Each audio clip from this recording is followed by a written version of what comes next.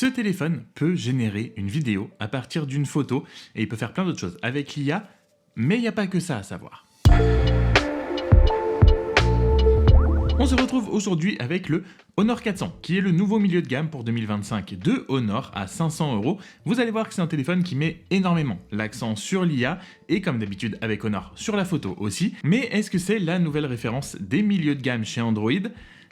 C'est un petit peu plus compliqué que ça. Et on va commencer comme d'habitude sur cette chaîne avec le design et on a un Honor 400 qui pourrait passer complètement inaperçu dans une autre couleur que celle que j'ai, qui est couleur un petit peu sable, un petit peu blanc chaud, qui est ma foi très jolie et qui réussit surtout à faire illusion sur les matériaux qu'il compose, parce qu'on pourrait croire qu'à l'arrière on a du verre et que sur les côtés on a de l'aluminium brossé ou même du titane. Sur les rails on a un petit peu un aspect similaire à ce que proposent les derniers iPhones, mais pas du tout, c'est vraiment du plastique, donc la finition est quand même plutôt bien travaillée, plutôt jolie, c'est agréable en main. Le côté satiné sur le dos est assez joli, mais si on le prend dans une autre couleur, on a un téléphone quand même assez classique, assez passe-partout, il n'y a rien qui le différenciera particulièrement d'un autre téléphone dans les mêmes gammes de prix malheureusement. Et en termes de bordure d'écran, Honor a réussi à garder quelque chose de très fin et de quasi complètement uniforme. Si on veut chipoter, on verra que dans les coins, c'est pas tout à fait, l'épaisseur est un petit peu plus grosse que sur le reste du tour du téléphone, mais on a un ratio de taille d'écran par rapport à la taille du téléphone qui est vraiment très sympa. Et l'écran, justement, parlons-en, c'est un écran AMOLED de 6,55 pouces avec une résolution de 2736 par 1264 pixels à 120 Hz et jusqu'à 5000 nits de pic de luminosité. En extérieur, j'ai vraiment jamais eu aucun problème à l'utiliser, j'ai jamais été gêné, j'ai toujours vu extrêmement bien ce que j'avais à voir sur mon téléphone. Donc ça, c'est vraiment pas un problème, c'est un écran très lumineux. L'écran est très agréable, on a des belles couleurs, c'est vif, c'est très joli à regarder et c'est fluide grâce aux 120 Hz évidemment. C'est juste que ma taille de main, personnellement, je ne suis pas un géant, j'ai pas des mains immenses et les 6,55 pouces font que à utiliser à une main, ça peut être assez compliqué, surtout quand on veut aller chercher des trucs sur le haut du téléphone, notamment par exemple le centre de contrôle ou les notifications. Donc voilà, pour tout ce qui est scroll de réseaux sociaux, envoyer des emails, de l'utilisation classique d'un smartphone, on est sur quelque chose jusqu'à présent de très sympa. Et côté logiciel, il y a des choses très sympathiques aussi. Le Honor 400 vient avec magicOS 9, la surcouche d'Honor basée sur Android 15, avec pas mal de customisation possible pour faire de ce téléphone le plus possible le vôtre. Et il vient avec le Magic Portal d'Honor que j'ai toujours trouvé très sympa pour par exemple envoyer très rapidement des photos ou des fichiers dans des applications. C'est une feature que j'aime bien particulièrement sur magicOS, c'est plutôt cool. Je n'ai pas rencontré de bug particulier et l'expérience globale d'utilisation au quotidien avec magicOS, ça reste subjectif, mais pour moi ça se passe plutôt bien. Voilà, c'était stable, il n'y a pas de bug, il n'y a rien qui m'a dérangé plus que ça. Si ce n'est, à l'allumage, il y a pas mal d'applications préinstallées. Je suis déjà absolument pas fan de ça du tout, je trouve que ça fait très cheap, mais en plus sur un téléphone à 500 €, quand on se retrouve avec Temu et des clones de Tetris et de Clash of Clans par exemple installés sur le téléphone, voilà, pour moi c'est vraiment dès le démarrage, on part du mauvais pied. Cependant, Honor se fait un tout petit peu pardonner quand même pour ça, puisqu'il propose 6 ans de mise à jour logicielle et mise à jour sécurité pour le Honor 400. Pour cette gamme de prix sous Android, je trouve ça quand même plutôt pas mal. Mais surtout, niveau logiciel, je vous l'ai dit en tout début de vidéo, le Honor 400 met énormément l'accent sur l'IA, et ça, dès le démarrage, dès la configuration, vous aurez énormément de pop-up vous incitant à utiliser l'IA dans à peu près tout et n'importe quoi, les notes, les messages et surtout la photo. Et c'est là-dessus qu'on va s'attarder le plus parce que c'est là-dessus que le téléphone met vraiment l'accent quand on l'utilise, avec notamment 2 fonctions spécifiques IA qui sont vraiment mises en avant. La première, c'est la création de vidéos à partir d'images. Vous choisissez donc une photo qui est déjà dans votre galerie ou vous en prenez une spécifique pour l'utiliser et le téléphone va créer une vidéo de quelques secondes seulement, c'est en général entre 5 et 10 secondes, à partir de la photo que vous avez importée. Il n'y a pas de prompt, vous n'avez pas d'indication, vous n'avez aucun pouvoir sur le résultat final et à peu près environ 1 minute après, en général, vous avez une petite vidéo de quelques secondes qui va animer la photo que vous avez importée et ça marche avec beaucoup de choses, ça marche même avec tout, que ce soit des objets inanimés, des personnes, des animaux, ça marche plus ou moins bien suivant ce que vous avez importé comme photo. L'idée reste bluffante, l'exécution l'est un petit peu moins. Ça va aller, comme je vous l'ai dit, de l'animation d'une personne, d'un animal à un plan un petit peu basique avec juste un petit peu de mouvement si vous avez un objet inanimé, par exemple quelque chose sur votre bureau ou une plante ou ce genre de choses. Donc, pour les objets inanimés, là où ça va apporter juste un peu de mouvement, le résultat va être plutôt bon en général. Sur les humains et les animaux, honnêtement, j'ai eu des résultats très mixtes. Ça reste quand même assez bluffant techniquement, on va dire. On importe une image, il arrive à en faire une vidéo. Après, est-ce que vous avez envie d'avoir dans votre galerie un moment qui n'existe pas et qui n'a jamais existé et qui n'existera jamais? Personnellement, je teste évidemment la fonctionnalité pour cette vidéo. Est-ce que si j'avais cette fonctionnalité-là tout le temps sur mon téléphone, je m'en servirais régulièrement? Me connaissant, absolument pas. Mais encore une fois, ça fonctionne. Et le deuxième point, où l'accent est énormément mis, surtout niveau photo, en avant par Honor avec le Honor 400, c'est sur le zoom amélioré par l'IA. On va reparler du bloc photo juste après, mais vous avez donc deux caméras, mais il n'y a pas de téléobjectif. Sur le Honor 400, vous avez un zoom jusqu'à 30 fois qui est possible et qui est amélioré donc par l'IA, puisque vous allez zoomer, zoomer, et une fois la photo prise, l'IA va se charger de combler et d'essayer de ramener un petit peu de détail dans ce que vous avez pris en photo pour en faire quelque chose de potable, de visionnable et d'utilisable. Presque. Honnêtement, suivant le sujet, ça peut amener un petit truc. Effectivement, vous allez voir que la photo est un petit peu plus nette, un petit peu plus précise, parfois un petit peu plus détaillée.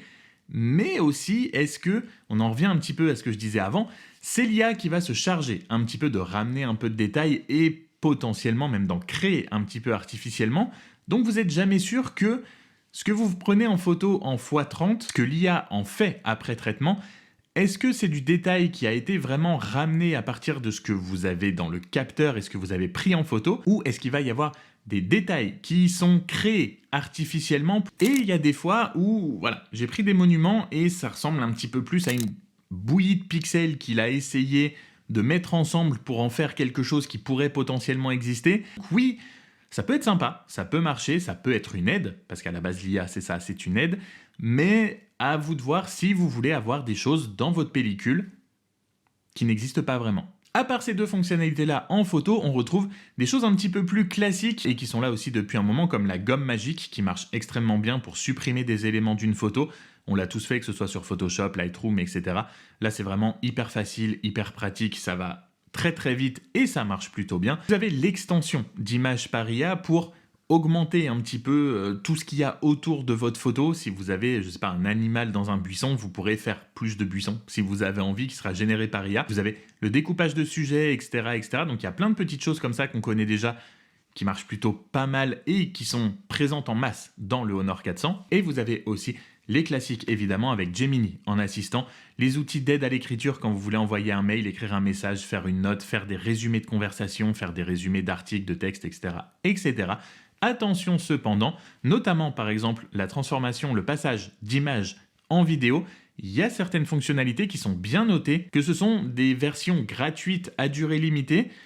On ne connaît pas la durée effectivement de la gratuité, on ne connaît pas le prix auquel sera disponible la fonction plus tard, donc sachez-le aussi, surtout qu'on ne connaît pas le prix pour la suite. Et on en parlait juste avant, mais on va en parler un petit peu plus en détail. Le bloc photo de ce Honor 400, je vous l'ai dit, il ne possède pas de téléobjectif, mais il a un capteur principal de 200 mégapixels, ainsi qu'un ultra grand angle qui peut faire office de photo macro, de 12 mégapixels et une caméra frontale de 50 mégapixels et 200 mégapixels. Sur le papier, c'est toujours impressionnant et ça a ses avantages, comme des photos très jolies, bien définies, bien nettes, avec des belles couleurs dans quasiment toutes les circonstances. Et ça permet justement de compenser aussi ce dont on parlait tout à l'heure, à savoir l'absence d'un téléphoto, et qui va permettre de cropper jusqu'à 4 fois à l'intérieur du capteur, avec une perte de qualité d'image vraiment négligeable, quasi négligeable, ce sera imperceptible. Donc vous allez pouvoir zoomer jusqu'à x4 avec le Honor 400.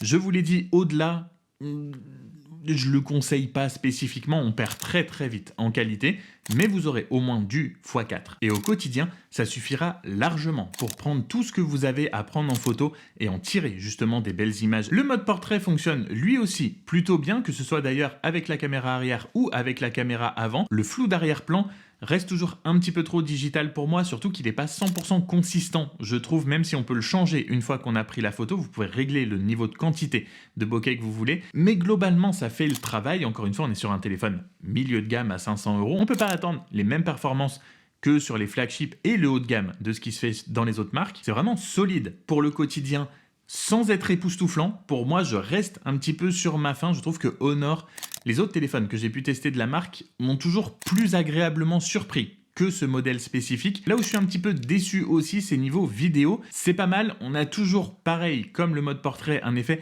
un petit peu trop digital et surtout, on n'a pas de 4K 60 fps. Alors oui, ça concernera pas tout le monde, mais si vous êtes un petit peu créateur et que vous voulez filmer assez souvent avec votre téléphone, il n'y a pas de 4K 60 fps. Après, peut-être que je chipote un petit peu trop. Faut pas oublier que c'est un téléphone milieu de gamme, ce sera pas le photophone de l'année, mais encore une fois, pour des photos du quotidien, si vous n'êtes pas un grand photographe ou que vous n'avez pas des ambitions énormissimes et que vous voulez juste un téléphone qui va faire des jolies photos de votre quotidien, des moments en famille, de quand vous allez vous balader en ville, etc., ça reste quand même des jolies photos. Côté performance, là, le Honor 400 fait un petit peu des compromis quand même, puisqu'il vient avec une puce Snapdragon 7 Gen 3 qui est sortie en 2023 avec 8 Go de RAM. Alors, c'est pas catastrophique, rassurez-vous, à l'utilisation au quotidien, on va dire dans une utilisation classique, normale pour aller sur les réseaux sociaux, encore une fois, envoyer des mails, regarder vos photos, etc., etc. C'est très agréable, c'est fluide, les applications s'ouvrent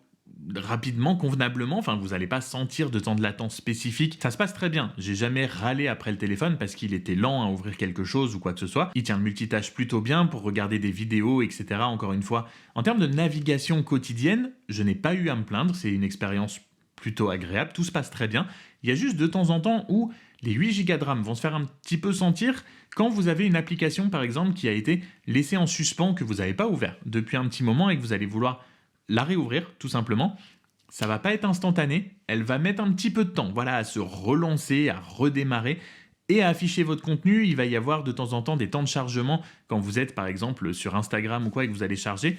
Il va y avoir un mini temps de chargement, il va y avoir des petites lenteurs par-ci par-là, des petits lags. Si vous scrollez un petit peu rapidement, ça peut arriver, je dis pas que ça arrive à chaque fois, ça peut arriver. Là où ça se sent le plus vraiment, c'est effectivement quand vous avez une application qui est laissée en suspens depuis un moment et qu'elle va devoir redémarrer. Là, les 8 Go de RAM vont se faire sentir un petit peu plus. Même si elle a déjà 2 ans, la Snapdragon 7 Gen 3 vous permettra de jouer, si vous aimez jouer sur votre téléphone, à des jeux plus ou moins gourmands. Si vous jouez à des gros jeux, attention un petit peu quand même à la surchauffe. Je sais que j'ai fait quelques parties de Call of Duty Mobile pour essayer de le pousser un petit peu, avec des bonnes performances graphiques, etc. Il a chauffé assez rapidement, donc il faudra trouver le bon équilibre entre performance et batterie, mais vous pourrez jouer, et encore une fois, en utilisation normale, ça se passera extrêmement bien. Et enfin, par contre, on va finir sur un très bon point pour ce Honor 400 qui est son autonomie. Vous avez à l'intérieur une batterie de 5300 mAh. Les specs ne sont pas les mêmes entre le modèle européen et le modèle asiatique, par exemple, qui embarque une batterie beaucoup plus grosse avec un processeur bien meilleur, etc., etc. Mais on a quand même donc une batterie de 5300 mAh en silicium carbone, ce qui lui permet d'avoir une autonomie. C'est un téléphone de 2 jours.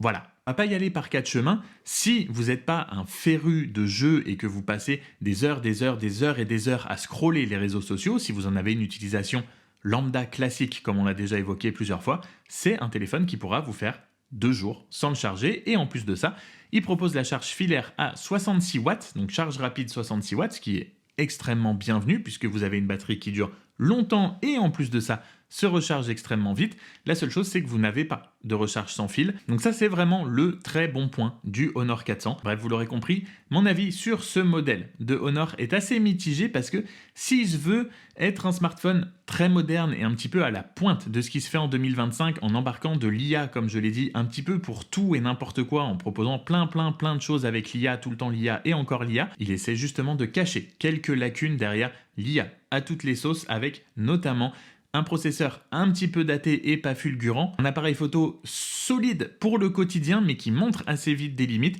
ce qui est assez rare pour la marque parce que j'avais toujours été plutôt agréablement surpris jusque-là par leur modèle et pour le prix des matériaux qui de loin ont l'air premium mais c'est du plastique. Voilà, ce sera tout pour moi pour aujourd'hui. J'espère que cette vidéo vous aura plu et surtout vous aura été utile. Si c'est le cas, n'hésitez pas à vous abonner avant de partir et comme d'habitude, prenez soin de vous. On se retrouve très vite dans une prochaine vidéo. Salut!